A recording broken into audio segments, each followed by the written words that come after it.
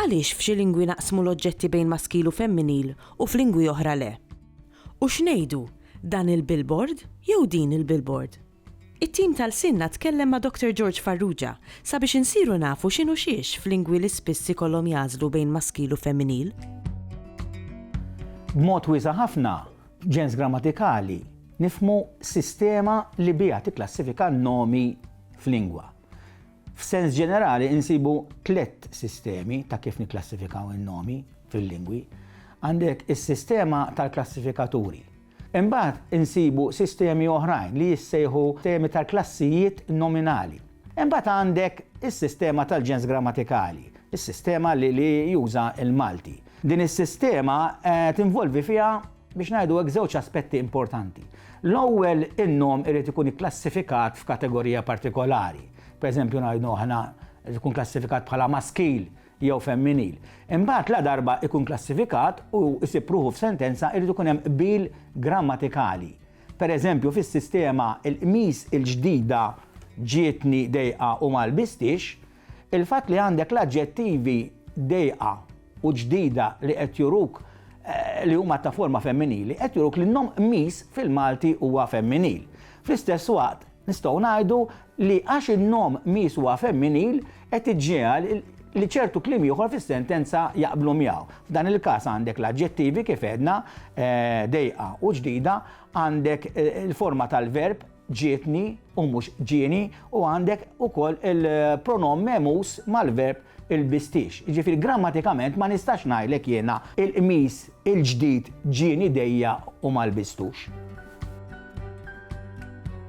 Meta ġejna f'kuntatt mal-Isqalli u mat-Taljan nistgħu ngħidu li b'mod ġenerali dawn in-nomi daħlu fl-iskema li kienet diġà stabbilita fil-Malti, skema li konna writna mill-Arbi.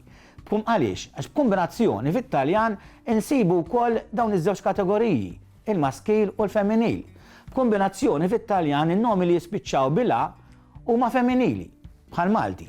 Kombinazzjoni wkoll ħafna minn nomi fit-Taljani kienu jispiċċaw bil-lo, waqqgħu diklo u spiċċaw bil-konsonanti u fil-Malti allura saru maskili.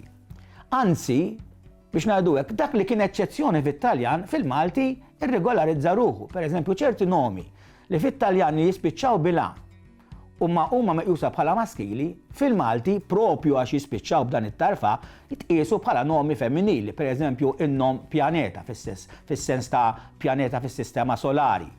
Għandek in-nom problema, in-nom sistema, klima u nomi oħrajn. Dawn in-nomi fil-Malti jitqiesu bħala nomi femminili u mhux nomi maskili kif jitqiesu fit-Taljan. Fil-każ tal-kuntatt mal-Ingliż, is-sitwazzjoni biex ngħidu hekk hija ftit aktar komplessa. Dawn in-nomi li qed nisselfu mill-Ingliż qed jidħlu inqas fis-sistema li kienet diġà stabbilita fil-Malti. Għaliex għax ħafna drabi il-kriterju mhuwiex formali biss, jiġifieri naħarsu lejn it-tarf tagħhom, il-ħoss tat-tarf tagħhom, imma hemm kriterji oħrajn involuti, fost l-oħrajn pereżempju il-ġens tal-iperonimu. L-iperonimu hija dik il-kelma li jista' tirreferi għal isem ta' kategorija. Allura nagħmlu mod li inti tuża l-kliem pereżempju kiwi, grapefruit, pineapple, inti f'moħħok ikollok il-kelma frotta. U għaliex ikollok frotta u frotta hija nom femminili fil-Malti, dawn in-nomi tqishom bħala femminili, allura tgħid grapefruit tajba, kiwi imħassra. Kriterju ieħor, strateġija oħra nistgħu ngħidu hekk hija il-ġens analoġiku. Jiġifieri meta dan in-nom mill-Ingliż inxebħuh ma' nom ieħor fil-Malti, jew in-nom li qed joħodlu postu, jew xi nom ieħor li nassoċjah miegħu. Bħal pereżempju ngħidlek nużalek il-kelma train u ngħidlek kemm kienet sabiħa it-train li rkibna fuqha. Għaliex għax moħħi ikolli il-kelma ferrovija. Jew pereżempju ngħidlek hotel, il-hotel li morna fiha, mhux il-hotel li morna fih, għaliex għax moħħi jkolli il-kelma lukanda. Ma' żmien nom jibder il-ġens tiegħu. Pereżempju għandna numru ta' nomi fil-Malti li oriġinarjament skont il-grammatiki kienu trattati bħala nomi maskili. Għaliex dawn kienu jispiċċaw darba b'ħoss konsonantali li seta' kien pereżempju l-ħoss ta' lajn. Nafu li lajn fi żmien l-antik kellha wkoll il-ħoss tagħha li imbagħad ma' żmien intilef.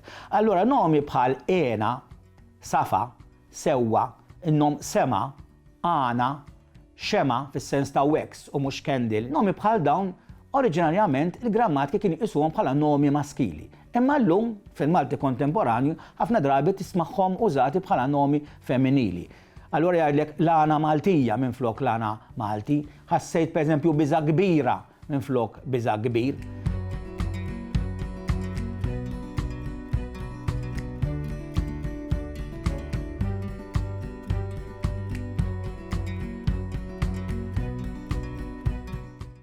Il-Sinna jixtieq jirringrazzja lill-Kunsill Nazzjonali tal-Ilsien Malti, lid-Dipartiment tal-Malti fil-Fakultà tal-Arti l-Università, lill-Ministeru għall-Edukazzjoni u x-Xogħol u lill-Aġenzija Nazzjonali tal-Litteriżmu.